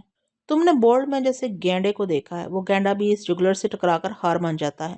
تم پنجے لڑاؤ گے تو تمہاری انگلیوں کا کچومر نکل جائے گا۔ جگلر نے بڑی حقارت سے کہا، باس اگر یہ چیلنج کرے گا تب بھی میں اسے مقابلہ نہیں کروں گا، کیونکہ 18 گھنٹے تک اکڑے رہنے کے بعد یہ اندر سے کمزور ہو چکا ہے، اور ایک کمزور سے لڑنا شہزور کی توہین ہے۔ مجھے یاد ہے کہ موجودہ حالات کے تحت خود کو شہزور ثابت نہیں کرنا چاہیے، ورنہ پھر یہ میری غیر معمولی صلاحیت کے متعلق سوچنے لگیں گے۔ مگر ڈاکٹر شیطان کے دماغ میں کچھ اور تھا، اور وہ سوچ رہا تھا، مجھے یوں بھی ان دونوں میاں بیوی کو زندہ نہیں چھوڑنا ہے۔ میں اسے چرس استعمال کرنے پر مجبور کرنے والا تھا۔ اب ذرا تماشا ہو جائے، اسے پاگل بنانے سے پہلے کیوں نہ جگلر کے ہاتھوں اس کے پنجے توڑوا دیے جائیں۔ اچھا یہ دونوں ہاتھوں سے بیکار ہو جائے گا۔ یہ سوچ کر اس نے جگلر سے کہا، یہ کمزور ہو یا تم شہزور ہو، اس بات سے مجھے کوئی دلچسپی نہیں ہے۔ میں دیکھنا چاہتا ہوں کہ انگلیوں کے چٹکنے اور ٹوٹنے کی آواز کس طرح آتی ہے۔ چلو آگے بڑھو، اسے پنجے لڑاؤ۔ میں نے بظاہر گھبراہٹ کا اظہار کرتے ہوئے کہا، نہیں میں بھی کمزور ہوں، یہ برابر کا مقابلہ نہیں ہوگا، میں ابھی اس سے پنجے نہیں لڑاؤں گا۔ یہ کہہ کر میں ایسا یوں اٹھنے لگا جیسے گھبرا کر بھاگنے کا ارادہ ہو۔ میں نے خواہ مخواہ پنجے لڑانے والی بات کہہ دی تھی۔ مجھے اپنی جگہ سے اٹھتے دیکھ کر 4 مسلح جوان ٹوٹے ہوئے دروازے کے پاس جا کر کھڑے ہو گئے تاکہ میں بھاگ نہ سکوں۔ میں نے دروازے کی طرف دیکھا تو سونیا نے اپنی جگہ سے اٹھتے ہوئے کہا، فرحات تم اس وقت واقعی کمزوری محسوس کر رہے ہو کہ میں جانتی ہوں کہ تھیلے سے نکلنے کے بعد میں کس طرح کمزوری محسوس کر رہی تھی۔ یہی حال تمہارا ہوگا، تم ایک طرف ہٹ جاؤ، میں اس سے مقابلہ کرتی ہوں۔ میں نے سونیا کے شانے پر ہاتھ رکھتے ہوئے کہا، نہیں میری جان، میری تقدیر میں جو لکھا ہے وہ بھی سامنے آ جائے گا۔ ڈاکٹر شیطان نے کہکا لگاتے ہوئے کہا، ہاں سونیا جان، تم اپنی جگہ جا کر بیٹھو۔ اس کی مردانگی تمہیں پسند ہے، یہ کیسے عورتوں کی طرح مار کھاتا ہے، ذرا یہ بھی تماشا دیکھو۔ اس کے 2 ماتحتوں نے سونیا کو دونوں طرف سے پکڑ کر مجھ سے دور ہٹا دیا۔ جان لینے والے دشمن کس قدر بے رحم ہوتے ہیں۔ ڈاکٹر شیطان مارنے سے پہلے میری انگلیاں توڑ کر دونوں ہاتھوں سے مجھے اپاہج بنانا چاہتا تھا۔ ایسے وقت میں بے اختیار اللہ کا شکر ادا کرتا ہوں کہ اس نے مجھے حیرت انگیز اور غیر معمولی صلاحیت سے نوازا ہے۔ اگر اس وقت میں حالات کے تحت 18 گھنٹے تک بندھے رہنے کے بعد اندر سے کمزور پڑ جاتا اور اپنی قوت ارادی سے اپنے دماغ کو اپنے جسم کی تکلیف سے مبرا نہ کرتا تو جگلر کے ہاتھوں پلک چبکتے ہی ٹوٹ کر رہ جاتا۔ جگلر اس اعتماد سے آگے بڑھا کہ میں کمزور ہوں اور وہ زیادہ طاقت استعمال نہیں کرے گا، صرف ایک جھٹکے سے پنجہ مروڑنے کا داؤ استعمال کرے گا۔ اس نے میری جانب دونوں پنجے بڑھاتے ہوئے کہا، آؤ تم کمزور ہو، میں کچھ نہیں کروں گا، تم خود ہی پنجہ ملا کر میری انگلیاں توڑ دو، آؤ بچو گھبراؤ نہیں۔ وہ بڑی حقارت سے مجھے پچکارنے لگا۔ میں نے اپنے دونوں ہاتھ آگے بڑھا کر اس کی انگلیوں میں انگلیاں پھنساتے وقت اس کی سوچ کو پڑھ لیا کہ وہ کیا کرنا چاہتا ہے۔ اس کے کچھ کر گزرنے سے پہلے ہی میں نے اس کے دماغ کو جھٹکا دیا، تک دھنا دھن۔ چرس کا نشہ پھر بول رہا ہے۔ میرا دماغ اوپر سے نیچے اور نیچے سے اوپر ہو رہا ہے۔ یہ میرے دماغ کو کیسے جھٹکے لگ رہے ہیں؟ جگلر کے دونوں ہاتھ سست پڑ گئے اور وہ اپنے سر کو جھٹکنے لگا۔ انگلیوں کو توڑ ڈالنے کے فن سے میں بھی واقف ہوں۔ میں چاہتا تو ایک جھٹکے سے اس کے دونوں ہاتھوں کو بیکار بنا دیتا، لیکن میں اپنی قوت کا مظاہرہ نہیں کرنا چاہتا تھا۔ میں نے اس کی سوچ میں کہا، وہ کم بخت فرحات میرے دائیں طرف ہے، مجھے الٹا ہاتھ رسید کرنا چاہیے۔ ذہنی جھٹکے پہنچنے کے باعث اس کی آنکھیں بند تھی، لہٰذا دائیں طرف کھڑے ہوئے ڈاکٹر شیطان کے منہ پر اس کا الٹا ہاتھ پڑا۔ وہ دبلا پتلا باس جو ذہانت کے بل پر سب کا لیڈر بنا ہوا تھا اور جسمانی طور پر نہایت کمزور تھا، ایک ہاتھ پڑتے ہی فرش پر چاروں شانے چت ہو گیا۔ میں یہ مانتا ہوں کہ جگلر کے ہاتھ فولادی تھے کیونکہ نتیجہ سامنے تھا۔ ڈاکٹر بے ہوش پڑا تھا اور اس کی ناک سے خون بہہ رہا تھا۔ چند لمحوں تک کسی کی سمجھ میں نہیں آیا کہ وہ کیا دیکھنا چاہتے تھے اور کیا تماشا نظر آ رہا تھا۔ پھر انہوں نے فوراً ہی جگلر کو چاروں طرف سے جکڑ لیا۔ ایک دوسرا انگریز اسے ریوالور دکھاتے ہوئے کہہ رہا تھا، تم چرس کے 2 سگریٹ استعمال کر چکے ہو، تمہارا ذہنی توازن رہ رہ کر بگڑ جاتا ہے۔ جب تک تمہاری ذہنی حالت درست نہیں ہوگی ہمیں تمہارے نارمل ہونے کا یقین نہیں ہوگا۔ اس وقت تک تم قید میں رہو گے۔ 4 مسلح جوان اسے پکڑ کر وہاں سے لے گئے۔ 4 ماتحت ڈاکٹر پر جھکے ہوئے تھے، اسے ہوش میں لانے کی کوشش کر رہے تھے۔ تھوڑی دیر بعد ڈاکٹر ہوش میں تو آ گیا مگر اس پر عجیب سی بدحواسی طاری رہی۔ 2 آدمیوں نے سہارا دے کر اسے اٹھایا اور لا کر کرسی پر بٹھا دیا۔ اب وہ باتیں کرنے کے قابل نہیں تھا۔ اس وقت سونیا مجھے گہری نظروں سے دیکھ رہی تھی اور سوچ رہی تھی۔ مجھے یوں لگتا ہے کہ فرحات کی صلاحیتیں واپس آ گئی ہیں، کیونکہ ٹھیک پنجے لڑاتے ہی جگلر کے ذہن کو جھٹکا لگا۔ اس نے پھر پاگلوں جیسی حرکتیں کی، اپنے باز پر ہاتھ چھوڑ دیا۔ اگر یہ ماسٹر یوشے کی شرارت ہے تو پھر وہ اتنی دیر سے کہاں غائب ہو گیا ہے؟ اگر وہ غائب ہو گیا ہے تو جگلور کو کس نے ذہنی جھٹکے پہنچائے؟ یہ سوچتے ہی وہ پھر مجھے مشکوک نظروں سے دیکھنے لگی۔ اسے شبہ ہو رہا تھا کہ میں ہی خیال خوانی کے ذریعے شرارتیں کر رہا ہوں۔ میں نے جلدی سے انجان بنتے ہوئے پوچھا، سونیا یہ اچانک کیا ہو گیا؟ کیا جگلر پر پاگل پن کا دورہ پڑتا ہے؟ پہلے تو سونیا کے دماغ نے سوچا، کیا فرحات کا بچہ انجان بن رہا ہے؟ لیکن وہ زبان سے یہ بات نہ کہہ سکی کیونکہ ڈاکٹر ہماری طرف دیکھ رہا تھا۔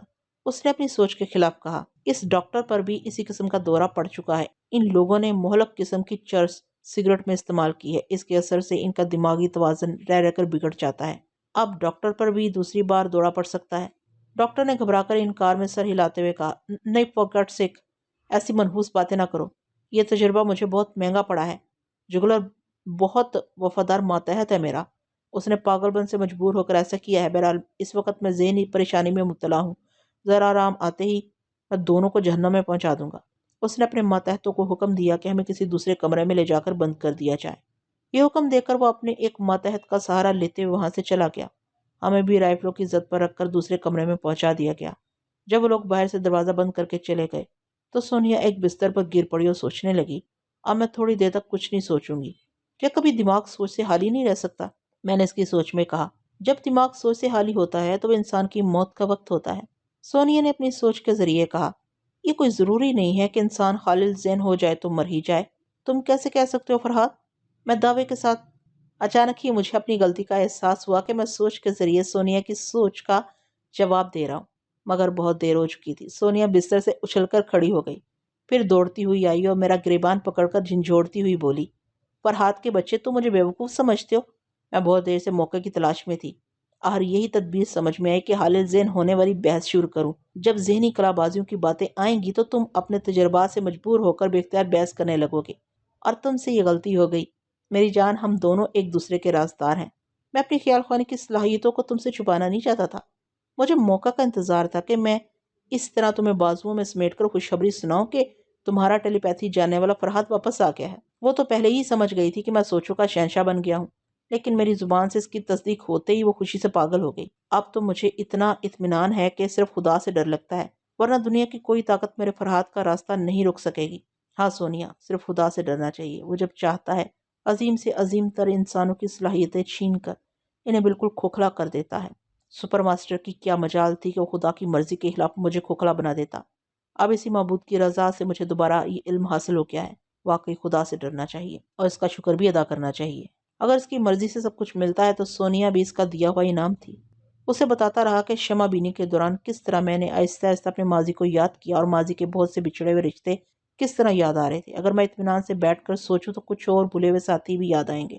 سونیا نے کہا، پاکستان میں انٹیلیجنس کے ایک ڈائریکٹر جنرل تمہارے گہرے دوست، ان کا نام مجھے یاد نہیں ہے۔ مجھے فوراً یاد آ گیا۔ میں نے کہا، ان کا نام سعید احمد ہے۔ ہم ایک طویل عرصے سے بچھڑے ہوئے ہیں، پتہ نہیں وہ میرے متعلق کیا سوچ رہے ہوں گے۔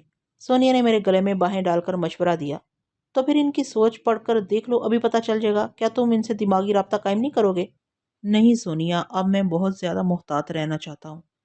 سپر ماسٹر اب تک اس خوش فہمی میں مبتلا ہوگا کہ میں اپنا ماضی بھول چکا ہوں۔ ٹیلی پیتھی کی صلاحیتیں میرے دماغ سے دھل گئی ہیں۔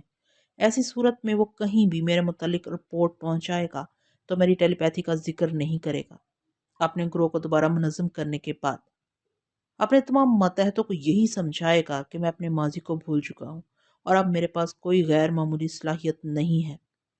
سونیا نے تائید کرتے ہوئے کہا، ہاں انہیں خوش فہمی میں مبتلا رہنا چاہیے، نہ جانے کب اور کہاں اس سے ٹکراؤ ہو جائے۔ تم اپنی صلاحیتوں کو چھپا کر رکھو تو بہتر ہے۔ اس لیے میں اپنے دوستوں سے بھی دماغی رابطہ قائم نہیں کرنا چاہتا، اس لیے کہ وہ دشمن میرے کسی نہ کسی دوست کے ذریعے پھر میری اصلیت کو سمجھ سکتا ہے۔ ویسے یہ کہ میں چپ چاپ سعید صاحب کی خیریت معلوم کر سکتا ہوں۔ تم ذرا دیر کے لیے خاموش رہو، میں ان کے ذہن میں جھانک کر دیکھتا ہوں۔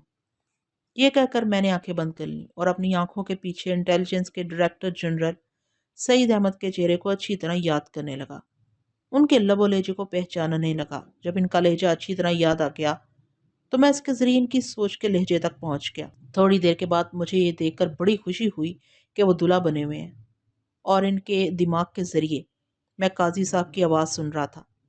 سمر کے ساتھ ان کا نکاح پڑھایا جا رہا تھا، وہی سمر جو سعید صاحب کی محبوبہ تھی اور جس کا باپ ایک سازش کے تحت پاگل خانے پہنچا دیا گیا تھا۔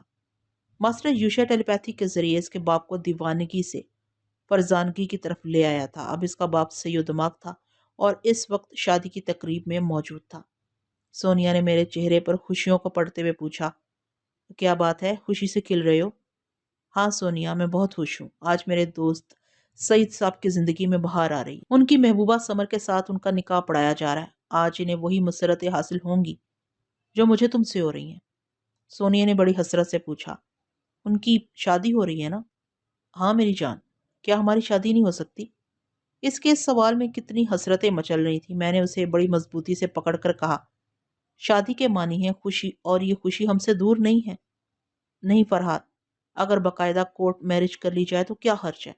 میں قانونی طور سے تمہاری بیوی بننے کا فخر حاصل کرنا چاہتی ہوں۔ میری بیوی بننے کے بعد میرے بچے کی ماں بننے کا فخر حاصل کرنا چاہو گی، پھر نانی اور دادی بننے کا فخر حاصل کرنا چاہو گی، اور زندگی مجھے اتنی فرصت نہیں دیتی کہ میں تمہیں دادی اماں کی منزل تک پہنچا دوں۔ تم ہمیشہ یہی کہہ کر ٹال دیتے ہو۔ کیا تم کبھی شادی نہیں کرو گے؟ تم خود ہی سوچو کہ میں کس طرح شادی کر سکتا ہوں۔ میری کوئی منزل نہیں ہے، میرا کوئی ٹھکانہ نہیں ہے، میں وقت کی طرح ہر لمحہ بہتا چلا جا رہا ہوں۔ تم دوست بن کر میرے ساتھ ساتھ بیٹھ سکتی ہو، لیکن بیوی بن کر بچے پیدا کرنے کے لیے کسی ایک منزل پر نہیں ٹھہر سکتی۔ کیا تم اسے پسند کرو گی کہ میں تمہیں کسی ایک گھر میں بسا دوں اور خود حالات کے دھارے پر بہتا ہوا آگے نکل جاؤں؟ نہیں نہیں، میں تمہیں خطرات میں کودنے کے لیے کہیں تنہا نہیں جانے دوں گی۔ تو پھر بچے کو گود میں اٹھا کر میرے ساتھ کہاں چلو گی؟ میری جان، میرے جذبات کو نہ دیکھو، حالات کو بھی دیکھو۔ نہ جانے سپر ماسٹر جیسے کتنے بدترین دشمن میرے راستے میں آئیں گے، میں بیوی بچوں کا قافلہ بنا کر ان کا مقابلہ نہیں کر سکوں گا۔ وہ خاموش ہو گئی، مگر اس کا دماغ خاموش نہیں تھا۔ وہ سوچتی ہوئی خود کو قائل کر رہی تھی کہ میں درست کہہ رہا ہوں، موجودہ حالات میں شادی ممکن نہیں ہے۔ یہ تو اسی وقت ممکن ہے جب سپر ماسٹر کا خاتمہ ہو جائے، اس کے علاوہ کوئی چھوٹے سے چھوٹا دشمن بھی نہ رہے، تب میں فرحات کے ساتھ اس کے ملک جا سکتی ہوں اور وہاں پر سکون گھریلو زندگی گزار سکتی ہوں۔ لیکن یہ بھی تو ممکن نہیں ہے کہ اس دنیا میں ہمارا کوئی دشمن نہ ہو۔ سبھی کے دشمن ہوتے ہیں، ہمارے زیادہ ہیں، شاید اس لیے کہ ہمارے پاس غیر معمولی صلاحیتیں ہیں۔ کاش کہ میں اور فرحات عام انسانوں جیسے ہوتے، پھر ہماری شادی میں کوئی رکاوٹ نہ آتی۔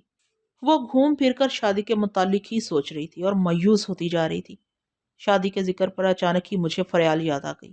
اس کا حسین چہرہ نگاہوں کے سامنے پھرنے لگا۔ میری زندگی میں وہی ایک ایسی لڑکی آئی تھی جس کے لیے میں ذرا جذباتی بن گیا تھا۔ اس کے قریب رہ کر میں سنجیدگی سے شادی کے متعلق سوچا تھا، لیکن وہ وقت بھی گزر چکا تھا۔ جذبات کے جاگنے اور سونے کا وقت ہوتا ہے۔ فریال کے لیے کبھی جو جذبات ابھرے تھے وہ اب سو گئے تھے۔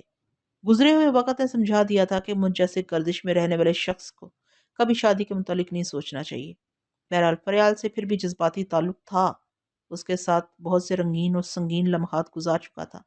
جب تک میں اسے بھولا ہوا تھا کوئی بات نہیں تھی، لیکن اب اس کی خیریت دریافت کرنا میرا فرض تھا۔ میں آنکھیں بند کر کے اس کا تصور کرنے لگا، وہ کس طرح باتیں کرتی تھی، اس کے لہجے کو یاد کرنے لگا۔ اس کے بعد میں نے اس کی سوچ کے لہجے تک پہنچنے کی کوشش کی، مگر وہ نہیں مل رہی تھی۔ میں حیرانی اور پریشانی سے اسے تلاش کرنے لگا، سوچ کے اندھیروں میں بھٹکنے لگا۔ کہاں ہو فریال، کہاں ہو؟ تمہارا فرحات تمہیں پکار رہا ہے۔ مگر وہ چپ تھی۔ موت کی سی خاموشی تھی۔ کوئی بھی انسان اپنی زندگی میں سوچ سے حالی نہیں ہوتا، مگر وہ حالی ہو گئی تھی۔ میری سوچ کا جواب نہیں دے رہی تھی۔ وہ کیا جواب دیتی؟ اس کا دماغ جواب دیتا کیا وہ مر؟ اس نتیجے پر پہنچتے ہی میرے ذہن کو ایک جھٹکا سا لگا۔ ایک لمحے کے لیے یوں لگا جیسے میرے دل سے دھڑکنیں چھین لی گئی ہوں۔ وہ کیسے چپ چاپ اس دنیا سے رخصت ہو گئی، مجھے پتہ ہی نہ چلا۔ پتہ کیسے چلتا جبکہ میں خود کو بھولا ہوا تھا؟ یہ خیال میرے دل پر کچوکے لگا رہا تھا کہ آخری ہچکی کے وقت بھی اس نے مجھے پکارا ہوگا۔ فرات! مجھے کسی کی پکار سنائی دی۔ میں نے چونک کر آنکھیں کھول دی۔ یہ تو سونیا مخاطب کر رہی تھی۔ فرحات کیا بات ہے؟ ابھی تو تم خوشی سے کھلے جا رہے تھے اور اب ایک دم اداس نظر آ رہے ہو۔ میں نے ایک سرد آہ بھر کر جواب دیا۔ ہاں، خوشی اور غم دونوں ساتھ ساتھ چلتے ہیں۔ ابھی میں نے ایک دوست کی خوشیاں دیکھی اور دوسرے ہی لمحے ایک پیاری پیاری سی محبوبہ کو اس دنیا میں نابود پایا۔ تم سے پہلے فریال نام کی ایک لڑکی میری زندگی میں آئی تھی، اب وہ اپنی زندگی سے بھی دور ہو گئی۔ مجھے افسوس ہے فرحات۔ سونیا اتنا کہہ کر چپ ہو گئی۔ ایک عورت دوسری عورت کو اپنے محبوب کے پیار میں شریک نہیں کرتی، سونیا کی سوچ کہہ رہی تھی۔ خدا مجھ پر مہربان ہے، مجھے اس بیچاری کے مرنے کا افسوس ہے مگر اطمینان بھی ہے۔ اب فرحات کی سوچ صرف میرے لیے ہوگی۔ میں اس کے خیالات کو زیادہ دیر تک نہ پڑھ سکا۔ دروازہ کھلنے کی آواز آ رہی تھی۔ ہم دونوں اٹھ کر بیٹھ گئے۔ 4 مسلح نوجوان ہمیں لینے آئے تھے۔ وہ چاروں مقامی باشندے تھے، اس لیے انہوں نے اشاروں سے ہمیں اپنے ساتھ چلنے کے لیے کہا۔ اس دوران مجھے ڈاکٹر شیطان کے دماغ میں جھانک کر دیکھنا چاہیے تھا مگر میں نے بہت سا وقت ضائع کر دیا تھا۔ ان کے ساتھ اس کے کمرے سے نکلتے وقت میں یہ معلوم کرنے لگا کہ ڈاکٹر شیطان کہاں ہے اور ہمارے لیے کیا سوچ رہا ہے۔ وہ کہیں آرام سے بستر پر لیٹا ہوا تھا اور اپنی قوت ارادی کے ذریعے خود کو مطمئن کر رہا تھا کہ اب اس کی ذہنی حالت درست ہے، آئندہ اس پر پاگل پن کا دورہ نہیں پڑے گا۔ میں نے اس کی سوچ میں کہا، یہ کمبخت فرحاد اور سونیا خواہ ہمارے راستے میں آ گئے۔ اب میرے آدمی انہیں دوسری جگہ لے جا رہے ہوں گے۔ مجھے تو ایسا لگتا ہے جیسے وہ دونوں بڑے ہی سخت جان ہیں، آسانی سے نہیں مریں گے۔ ڈاکٹر شیطان نے اپنی سوچ میں کہا، مریں گے، اتنی آسانی سے مریں گے جیسے چیونٹیاں مرتی ہیں، لیکن کس طرح مریں گے؟ میں اس کی سوچ کو خریدنے لگا تو وہ دونوں ہاتھوں سے سر تھام کر بیٹھ کے اور پریشان ہو کر سوچنے لگا، یہ مجھے کیا ہو گیا ہے؟ میں جانتا ہوں کہ وہ کیسے مریں گے، پھر جانتے ہوئے بھی سوچ رہا ہوں کہ وہ کیسے مریں گے۔ کیا میں ذہنی طور پر بہک رہا ہوں؟ وہ اپنا سر سہلانے لگا۔ اس کی سوچ میرے قابو میں نہیں آ رہی تھی۔ وہ موجودہ حالات کے تحت خود ہی پریشان تھا۔ ایک ہی بات بار بار سوچتے ہوئے ڈرتا تھا کہ کہیں یہ بھی پاگل پن نہ ہو۔ جس عمارت میں ہمیں قید کیا گیا تھا ہم وہاں سے باہر آ گئے تھے۔ ایک مقامی باشندہ ہمارے آگے چل رہا تھا، باقی 3 ہمارے پیچھے تھے۔ اس وقت رات کی تاریکی پھیل چکی تھی۔ کچھ دور آگے بڑھنے کے بعد سونیا نے انگریزی زبان میں کہا، میں ان کی زبان سمجھ رہی ہوں، یہ ہم ایک چھوٹے سے کاٹیج میں لے جا رہے ہیں۔ اس کاٹیج میں شاید کچھ اور بھی قیدی ہیں، وہاں ہم سب کو ایک ساتھ ختم کر دیا جائے گا۔ میں نے اس کے شانہ بشانہ چلتے ہوئے آہستگی سے کہا، تو کسی طرح یہ معلوم کرو کہ وہ کس طرح مارنا چاہتے ہیں۔ یعنی تم چاہتے ہو کہ میں ان کی زبان میں باتیں کروں؟ ہاں، چاہتا تو یہی ہوں۔ پھر سوچتا ہوں کہ کوئی فائدہ نہیں ہوگا، اتنے احمق تو نہیں ہے کہ اپنے منصوبوں سے ہمیں آگاہ کر دیں۔ پھر کیا کیا جائے؟ میں سوچنے لگا کہ کیا کیا جائے۔ اگر وہاں ڈاکٹر شیطان کا کوئی انگریز ماتحت ہوتا تو میں اس کی زبان کو اور اس کی سوچ کو سمجھ لیتا، لیکن یہ مقامی باشندے دماغی طور پر میرے تابع دار نہیں بن سکتے تھے۔ ایک خیال یہ آیا کہ اچانک ان پر حملہ کر دیا جائے۔ ان کے پاس رائفلیں تھیں، جتنی دیر میں یہ رائفلیں سیدھی کرتے اتنی دیر میں ہم تابڑ توڑ حملوں سے انہیں حواس باختہ کر سکتے تھے۔ میں سونیا پر ارادہ ظاہر کرنا چاہتا تھا، لیکن بعض اوقات تقدیر سوچنے کا موقع نہیں دیتی۔ میرے سوچتے سوچتے ہی اچانک وہ کاٹیج سامنے آ گیا جو ہمارے لیے موت کا گھر بننے والا تھا۔ اگر تاریکی نہ ہوتی اور وہ کاٹیج دور ہی سے نظر آ جاتا تو میں اتنا وقت کبھی سوچنے میں ضائع نہ کرتا، مگر اب کاٹیج کے آس پاس دوسرے مسلح جوان بھی نظر آ رہے تھے۔ اب کچھ بھی نہیں کیا جا سکتا تھا۔ سونیا سوچ رہی تھی کہ شاید کہ میں خاموش رہ کر کسی کے دماغ میں جھانک رہا ہوں، اس لیے اس نے راستے میں مجھے دوبارہ مخاطب نہیں کیا تھا۔ کاٹیج کے قریب پہنچتے ہی اس نے پریشان ہو کر کہا، کیا بات ہے فرحات، تم بالکل ہی خاموش ہو گئے ہو؟ ہاں، کوئی بات نہیں بن رہی ہے۔ زندگی میں بعض مقامات ایسے بھی آتے ہیں جہاں ٹیلی پیتھی بیکار ہو جاتی ہے۔ ہم کاٹیج کے دروازے کے سامنے پہنچ گئے۔ وہاں کھڑے ہوئے ایک شخص نے دروازے کا تالا کھولنے کے بعد اپنے ساتھیوں کو ہاتھ کا اشارہ کیا کہ ہمیں اندر لے جائیں۔ میں نے دروازے میں داخل ہونے کی بجائے ان سے کہا، یہ کیا ہو رہا ہے؟ ہمیں اس کاٹیج کے اندر کیوں لے جا رہے ہو؟ وہ میری بولی نہیں سمجھتے تھے۔ وہ مجھے اور سونیا کو رائفل کی ناک کے ٹھونکے دیتے ہوئے اندر لے گئے۔ وہاں کچھ مقامی باشندے نظر آئے، ان میں 3 عورتیں بھی تھیں۔ جب ہمارے پیچھے دروازہ بند ہو گیا تو میں نے سونیا سے کہا، یہاں سب مقامی باشندے ہیں اور ہماری طرح قیدی ہیں، یہ ہمارے دوست اور ہمدرد بن سکتے ہیں، تم ان سے باتیں کرو۔ سونیا میری ہدایت کے مطابق ان سے باتیں کرنے لگی۔ اس وقت باہر سے کوئی شخص اونچی آواز میں بولنے لگا۔ سونیا اور دوسرے مقامی باشندے پوری توجہ سے ان کی باتیں سننے لگے۔ وہ بولتا جا رہا تھا اور سننے والوں کے چہروں پر خوف اور دہشت طاری ہوتی جا رہی تھی۔ پھر وہ عورتیں رونے لگی۔ مرد بھی ایسے سہمے ہوئے تھے کہ عورتوں کو تو کیا خود کو بھی تسلیاں نہیں دے سکتے تھے۔ سونیا نے میرے قریب آ کر کہا، باہر وہ شخص کہہ رہا ہے کہ آدھی رات کے بعد اس کاٹیج کو بارود کے دھماکے سے اڑا دیا جائے گا۔ اب پتہ چلا عورتیں کیوں رو رہی ہیں اور وہ مرد اتنے سہمے ہوئے کیوں ہیں، کیونکہ ان سب کی موت کا ایک وقت مقرر کر دیا گیا تھا۔ لا علمی بڑی اچھی چیز ہے۔ جب تک انسان کو اپنی موت کا علم نہیں ہوتا، اس وقت تک وہ موت کو سمجھتا تو ہے مگر اسے ڈرتا نہیں ہے، اور جب موت کا وقت مقرر ہوتا ہے تو وہ وقت سے پہلے ہی مر جاتا ہے۔ اس وقت وہ سبھی خواص باختہ ہو گئے تھے اور موت سے دور بھاگنے کے لیے دروازوں اور کھڑکیوں کو پیٹ رہے تھے۔ میں سوچنے لگا کہ وہ کس طرح اس کاٹیج کو بارود کے دھماکے سے اڑائیں گے۔ صاف ظاہر تھا کہ دھماکے کے وقت کاٹیج کے آس پاس کوئی نہیں رہے گا۔ ایک بہت لمبا سا تار بچھا دیا جائے گا، دور اس تار کے ایک سرے کو آگ دکھائی جائے گی، پھر وہ تار سلگتا ہوا کاٹیج کے قریب آتا جائے گا، پھر یہاں پہنچ کر بارود کے ذخیرے کو آتش فشاں بنا دے گا۔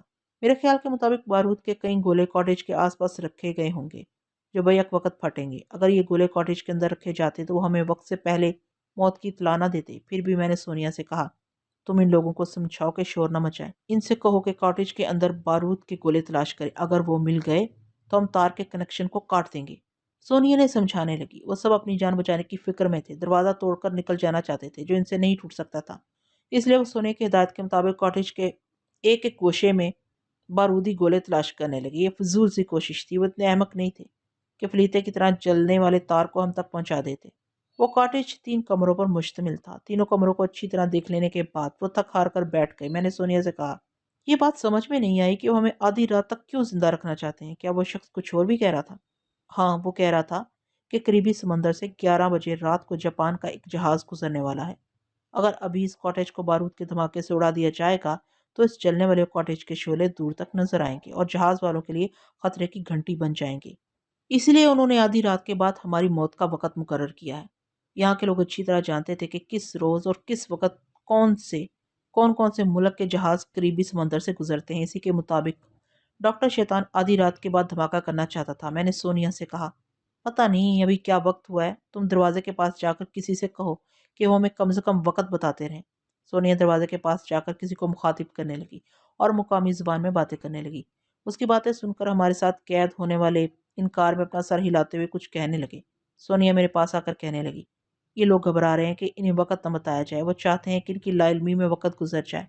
یہ اپنے طور پر درست کہہ رہے ہیں فرحات، انہیں جیسے جیسے علم ہوتا جائے گا کہ وقت قریب آ رہا ہے تو ان میں سے کتنے ہی دہشت سے مر جائیں گے۔